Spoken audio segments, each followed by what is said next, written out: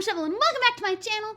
Today we're finishing up the Freshman Book 2 on the game Choices. This is possibly going to be my last Freshman Book episode on my channel, but definitely leave a like if you wanted me to continue this into Book 3, or comment down below if you want me to pick up a different story in the meantime, explore what else Choices has to offer. I forgot to put on my reading glasses the last episode, so we're gonna equip those now. I've also got some popcorn on hand in case things get real good towards the end. So we are on chapter 14, Inauguration Night. The first few days of finals week go by in a flurry of final exams and election hype. You finished your American history test early, giving you just enough time to get changed before the election kickoff speeches. Abby opens the door and pokes her head in. Hey Shelby, ready to go? Yep, let's head out. You and Abby get to the auditorium and take seats next to Zach and Tyler. Now all we've got is 2 more days, the election and the boat dance. Is everyone excited? So excited, more focused on the election or just ready to go home. I didn't know there was a boat dance, so I'm pretty excited about it.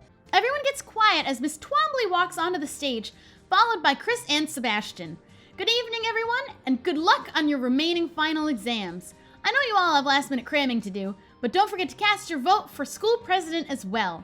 Tonight, the candidates will have one final chance to convince the undecided voters that they are the right choice.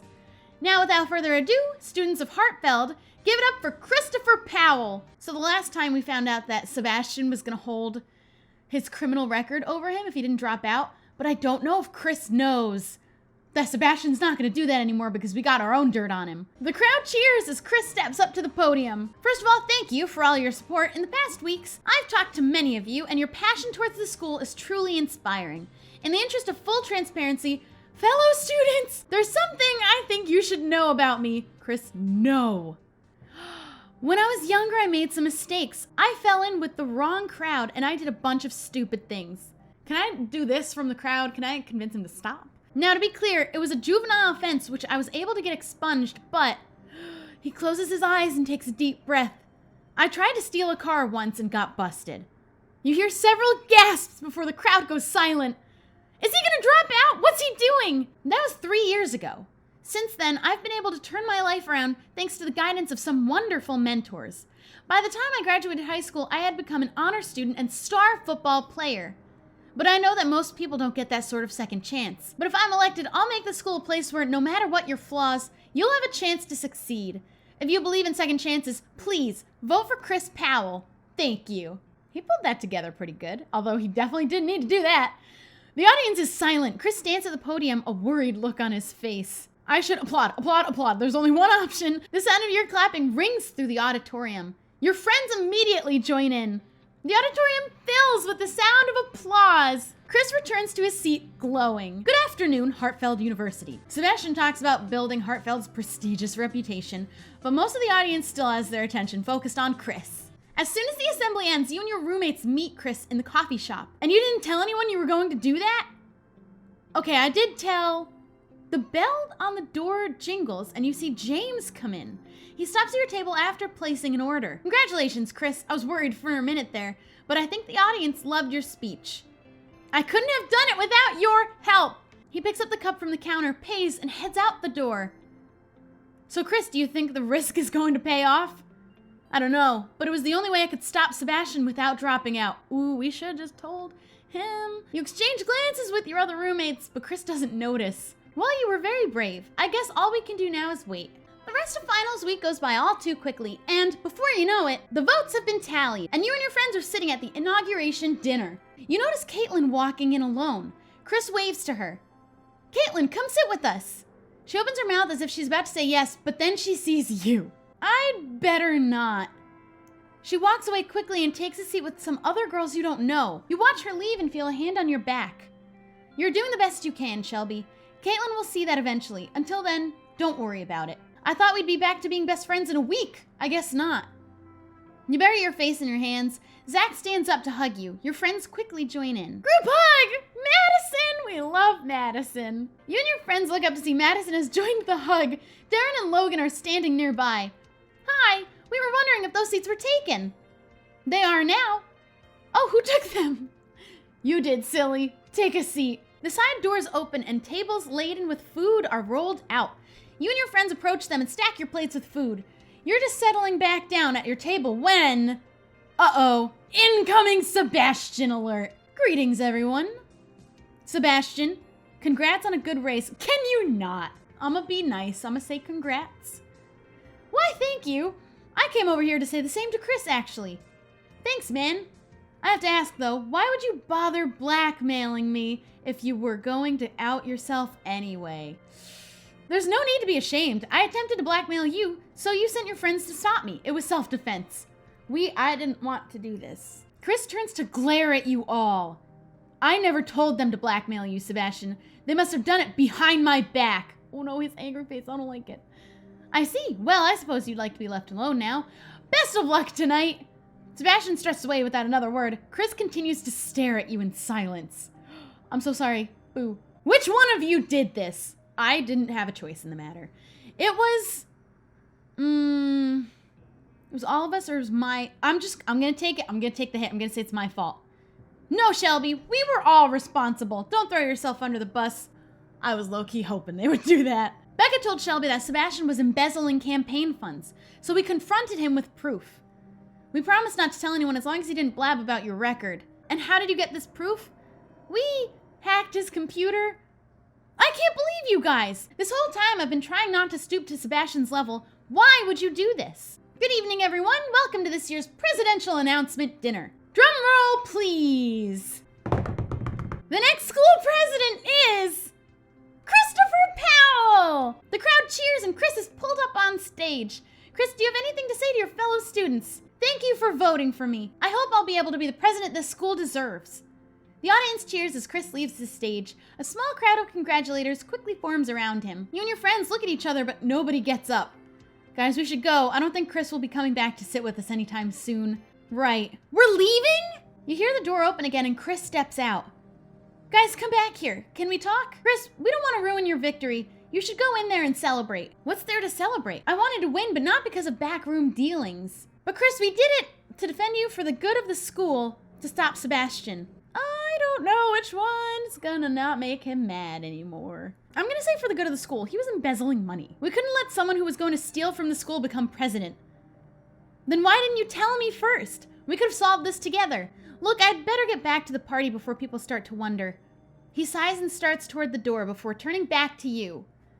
Don't wait up for me. I'll crash at Darren and Logan's tonight. He has his own room. He doesn't need to do that. He gives you one last disappointed look before returning to the party. You and your friends walk slowly and silently back to the dorm. Once there, you curl up in a ball on the couch. Guys, I'm sorry for dragging you all into this. What? No, it's not your fault, Shelby. Just then the door opens and Kaitlyn enters. She takes one look at you and walks quickly to her room. I'd better go talk to her. Guys, can I have a hug or I should probably leave you alone. I'm gonna just go. I think I'm just gonna go. In fact, you guys should stay away from me. You're interrupted by a sudden banging on the door. Abby runs to get it. James?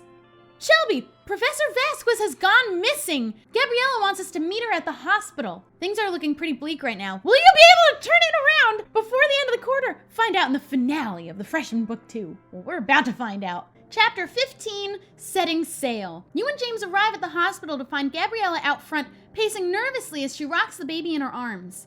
Gabriella, what happened? Professor Vasquez is missing? Oh, Shelby, James, thank God you're here. Dad collapsed again earlier this evening and was admitted to the hospital. Is he okay? Well, he's missing, so no. Thankfully, he was stabilized pretty quickly. He said he was feeling well enough to go outside, but I don't know what happened. One minute, the nurse was bringing him outside in a wheelchair, and the next minute, he was gone. He said he wanted some fresh air. He told the doctor he'd sue the hospital if they didn't let him. Well, he can't have gotten too far in his wheelchair. If we split up, maybe we can track him down. You wander around the park for almost half an hour. Just when you're about to give up, you see a seated figure by the fountain. Ah, Shelby. I figured someone would come looking for me. I should have known it would be you. If the doctor says you should stay in bed, the doctor is an imbecile. Let me just enjoy myself while I still can. Okay, but I'm staying here with you. Stubborn as always. If you're going to insist on sticking around, at least take me through the park, would you? You grasp the handles of the wheelchair and travel through the park with Vasquez in comfortable silence. You know, Shelby, in some ways I'm grateful for this whole ordeal. I spent years estranged from my only daughter because of a mistake I was too proud to admit. When I leave this life, my greatest regret will be not making up with her sooner. What would have happened if I went for the sports internship? I had a choice at the very beginning. Would it have just been Professor Vasquez anyway? Vasquez smiles and gives your hand a squeeze. If I could leave you with just one more lesson, you can't leave your life with loose ends and unfinished stories. And with that, we're gonna end the story here. Be with the people you love while you have the chance, and when you do, don't just be with them. Be with them. Be present, be thoughtful, and always fight for them. I will, Professor. My life is full of wonderful people, and I'm not going to take them for granted. All right, Shelby, I've had my say. If something's amiss in your life, then it's up to you to set things right. It's been a tough quarter, but I'm grateful that I've had your guidance. It was only tough because he made it tough. Whatever. Don't get sappy on me now. I'm not the one whom you need to reconcile. You take the handles of Vasquez's wheelchair and begin to wheel him back to the hospital. Shelby? Yes? I'm very proud of you. There they are! What were you thinking, Dad? I was worried sick. You could have frozen to death. I'm sorry, Gabriella. I just wanted to see the snow. Oh, and you had to sneak off without a word in order to do that? Let's go inside. The baby will get cold. You and James watch Vasquez and Gabriella disappear through the hospital doors. James lets out a long sigh. Hey, you okay? I'll be fine. It's just been a crazy week, that's all. Do you want to talk about it? It's been hard to process everything. I have so many emotions bumping up against one another. I'm angry at Vasquez for keeping his condition a secret, but sad to see him declining. I feel hurt that you knew and didn't tell me, but I know it wasn't your fault. And part of me misses the way things were before. I can't change the past, but I can make things right now. I've thought about how things could have been different if I told you the truth, if I'd never walked in on Vasquez. But sometimes there is no right decision. If none of this had happened, we probably would still be in the dark about Vasquez's condition. Life is too short to hold grudges. I want things to be right between us, Shelby. You may have hurt me, but that doesn't outweigh all the happiness you've brought me too. James extends his hand. Truce? Truce. We did it! You shake hands. Thank God, I really missed you.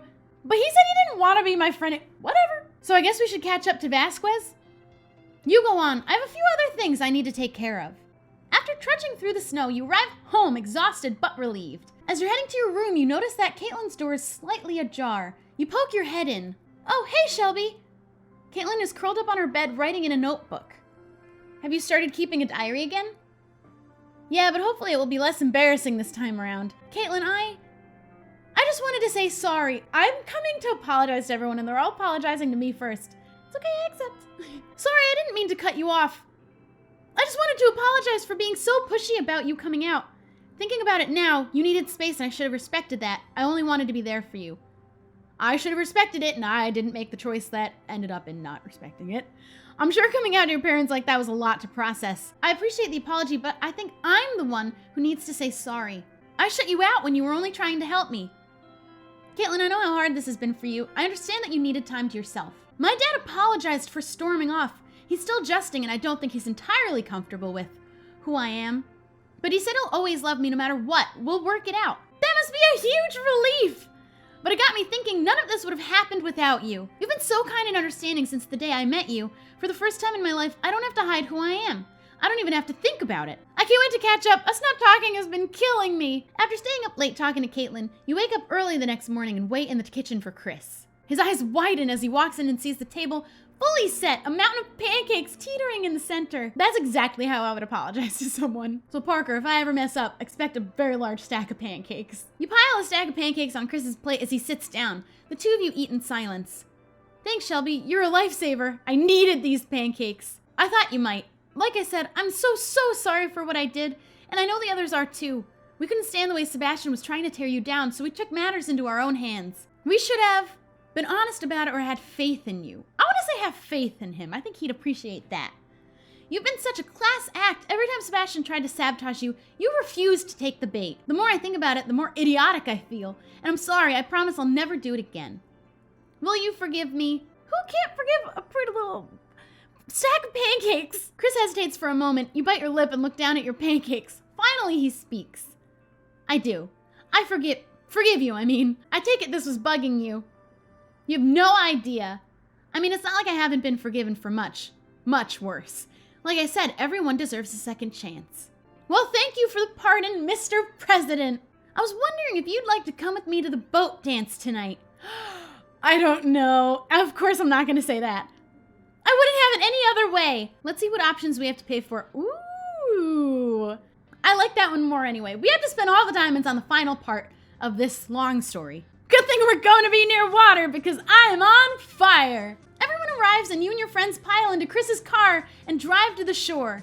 You board the boat to find it bustling with people. Music from the loudspeakers washes over the deck. What a way to end the quarter. I can't think of a better group to spend it with. I'll toast to that. You join the party, spirits are high as the ocean sighs peacefully, and a warm sea breeze rustles through your hair. But it's not like Sebastian was ever interested in what I wanted. Ooh, I'm interested to see what Becca... She's talking to me? Well, hopefully he's not taking the breakup too hard.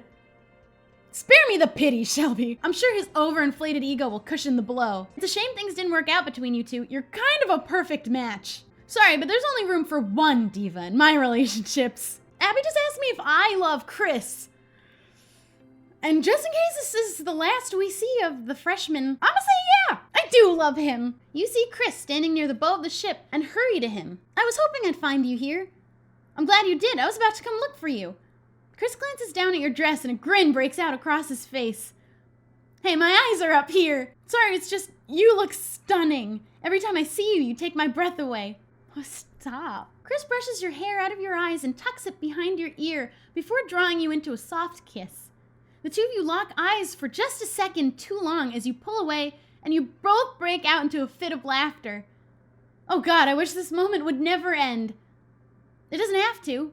What does that mean? Okay, so Chris confessed his love for me, but I had to cut the whole thing because it was less than a family-friendly moment. But he loves me! Score! Back on the main deck, you find your friends gathered in a circle. Grab a drink, we're getting ready to toast. Great, what are we toasting to? To the great times we've had so far, and to even more next quarter. Oh yeah, next quarter. Shelby, is something wrong? You all know that Vasquez doesn't have much time left, and it just occurred to me, when he's gone, so is my scholarship! Not sure how I feel about that one. But there's gotta be something you can do. Look, whatever happens, I want you guys to know that you've made this one of the best years of my life. Even if it has to come to an end, I'm thankful for all the time I've had at Heartfeld, however short. Zach clears his throat and taps on his glass. If I could just say a few words, I think we can all agree that this has been a pretty eventful quarter. We've had our ups and our downs, but one thing remains the same throughout. We take care of each other no matter what. We can all be grateful knowing that our friends will be there to help us through it. Everyone cheers and clinks their glasses together. If it's our last night, then it's got to be memorable. Cowabunga! Zach rushes to the edge of the boat, then jumps into the water. Zach calls out from the water. Come on down, you guys. The water feels great. Well, you heard the man. Everyone laughs and jumps in after him. The waves lap around you and your friends, your laughter ringing into the night. Spring arrives. Thanks for meeting with us, Shelby. I know you weren't planning to come back this quarter. Where are all of the clothes that I paid for? It's no trouble, really. I needed to come pick up the last of my things anyway. How's the baby doing, Gabriella? Getting bigger every day. Have you decided on a name? Enrique, after his grandfather. Whew, good thing she did not go with Star-Lord. Now that Vasquez is gone, so's my scholarship. I can't stay here. Gabrielle and Yasmin exchange a glance. About that. Shelby, my father made a note in his will about you. What, really? He will continue to fund your scholarship with his inheritance on one condition. You have to finish his book. Will you struggle to keep your place at Heartfeld under these new conditions? Or will you rise to the challenge?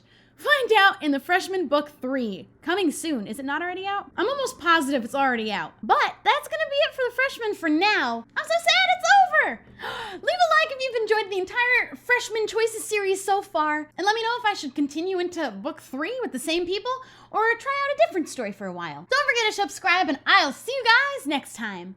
Bye!